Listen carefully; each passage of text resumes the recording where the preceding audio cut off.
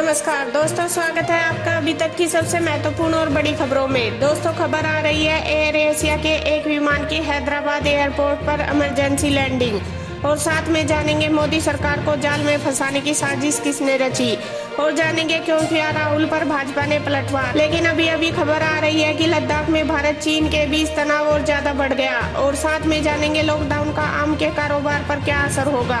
आइए जानते हैं खबरें विस्तार से। दोस्तों, एयर एशिया के एक विमान की हैदराबाद एयरपोर्ट पर इमरजेंसी लैंडिंग, बड़ा हादसा टला।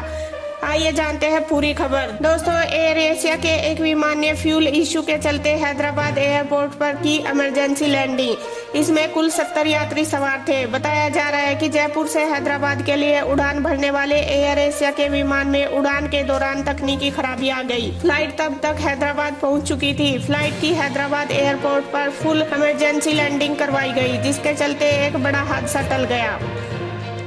आइए अब रुक करते हैं अगली खबर का। चीनी राष्ट्रपति शी जिनपिंग ने सेना से कहा, सबसे मुश्किल हालात को ध्यान में रखकर जंग की तैयारियां तेज करें। आइए जानते हैं पूरी खबर। चीन के राष्ट्रपति शी जिनपिंग ने सेना से कहा कि ट्रेनिंग और जंग की तैयारियां तेज कर दे। सबसे मुश्किल हालात को ध्यान में रखते हुए खुद को तैयार करें और देश के आधिपत्य के लिए मजबूती से डटे रहे। चीन की सरकारी न्यूज एजेंसी सिन्हुआ के मुताबिक जिनपिंग ने कहा कि उलझे हुए मसलों को मुस्तैदी और असरदार तरीके से डील करें।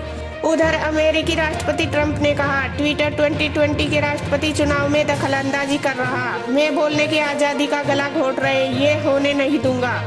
पूरी खबर यह है कि अमेरिकी राष्ट्रपति डोनाल्ड ट्रंप बयानों को तोड़ मरोड़ पेश करने को लेकर सोशल मीडिया प्लेटफॉर्म से नाराजगी जताई है।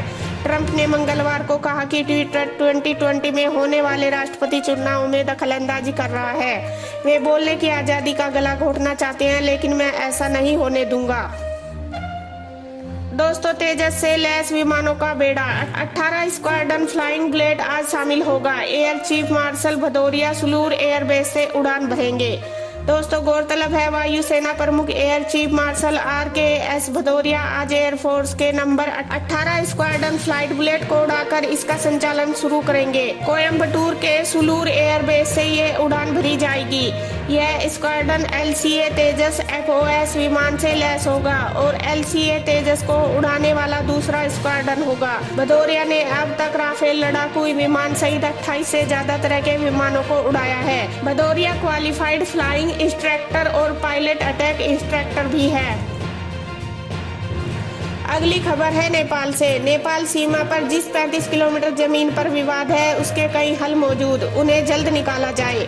आपको बता दें कि भारत और नेपाल के बीच एक छोटी सी सड़क को लेकर काफी कहासुनी चल पड़ी। यह सड़क पिथौरागढ़ और नेपाल की सीमा पर है, जो लिपुलेख के कालापानी क्षेत्र से होती हुई कैलाश मानसरोवर तक जाती है। जो ही कुछ दिन पहले इस कच्ची सड़क को पक्की बनाकर रक्षा मंत्री राजनाथ सिंह ने उद्घाटन किया, नेपाल में हड़कंप मच गया। नेपाल की सत्तारूढ़ कम्युनिटी पार्टी ने भारत विरोधी प्रदर्शन कर दिए। नेपाल ने भारतीय राजदूत से पूछा कि इस नेपाली भूमि पर भारत ने सड़क कैसे बना ली। सेना प्रमुख आज शीर्ष कमांडरों के साथ बैठक करेंगे। चीन के साथ सीमा पर तनाव के अलावा अन्य मुद्दों पर भी हो सकती है चर्चा। भारत और चीन के बीच सीमा पर तनाव के बीच सेना प्रमुख मनोज मुकुंद नरवणे बुधवार को शीर्ष कमांडरों के साथ बैठक करेंगे। न्यूज एजेंसी के मुताबिक 2 दिवसीय इस बैठक में इस मामले के साथ अन्य मुद्दों पर भी चर्चा हो सकती है। यह बैठक ऐसे वक्त हो रही है जब लद्दाख सेक्टर में चीन और भारत की सेना आमने सामने है। चीन ने लाइन ऑफ एक्चुअल कंट्रोल की विभिन्न लोकेशन पर अपने 5000 सैनिक तैनात किए। भारत भी इतनी संख्या में अपने जवानों की तैनाती बढ़ा रहा है। कुछ बुद्धिजीवियों ने रची कोरोना संकट से जूझ रही मोदी सरकार को जाल में फंसाने की साजिश।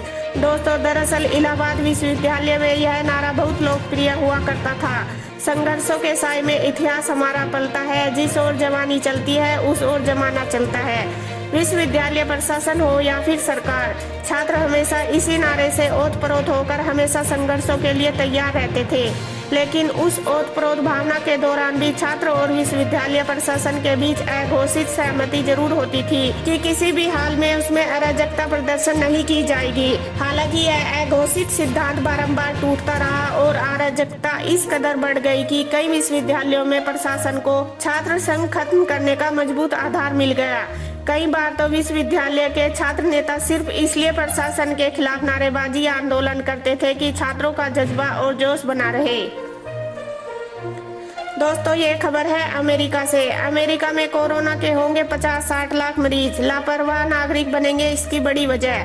दरअसल कोरोना संक्रमित मरीजों और मौतों के मामले में अमेरिका पूरी दुनिया में शीर्ष पर है। यहाँ पर अब तक इस जानलेवा वायरस से 17,62,026 लोग संक्रमित हो चुके हैं। वहीं पूरे देश में अब तक इसकी वजह से 99,805 मरीजों की मौत हो चुकी है। दुनिया की महाशक्ति के लिए ये आंकड़ा चौंकाने वाला है। इसके बावजूद भी यहाँ के अलग अलग शहरों से जो तस्वीरें सामने आई हैं वो अपने आप में यहाँ की उस सच्चाई को बयां कर रही है जिसकी बदौलत यहाँ पर इतने मामले सामने आए। इन तस्वीरों को देखकर कोई भी यहाँ के लोगों को लापरवाह ही कहेगा।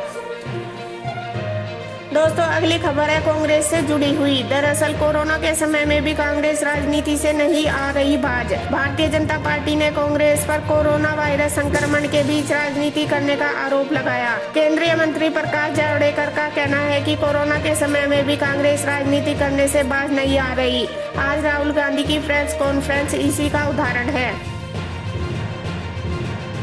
दोस्तों, भारतवंशी अमेरिकी दंपति ने पोर्टेबल वेंटिलेटर बनाया। 7,500 रुपए हो सकती है लागत। अमेरिका में वेंटिलेटर की कीमत 7.5 लाख रुपए से ज्यादा। कोरोना वायरस को हराने और लोगों को राहत देने के लिए दुनिया भर में कोशिशें जारी है। अमेरिका के जॉर्जिया के भारतवंशी दंपति ने एक बेहद सस्ता वेंटिलेटर तैयार किया। उनके मुताबिक अगर इसे ज्यादा तादाद में बनाया जाए तो इसकी लागत $100 आएगी। अमेरिका में फिलहाल वेंटिलेटर की कीमत $10,000 है।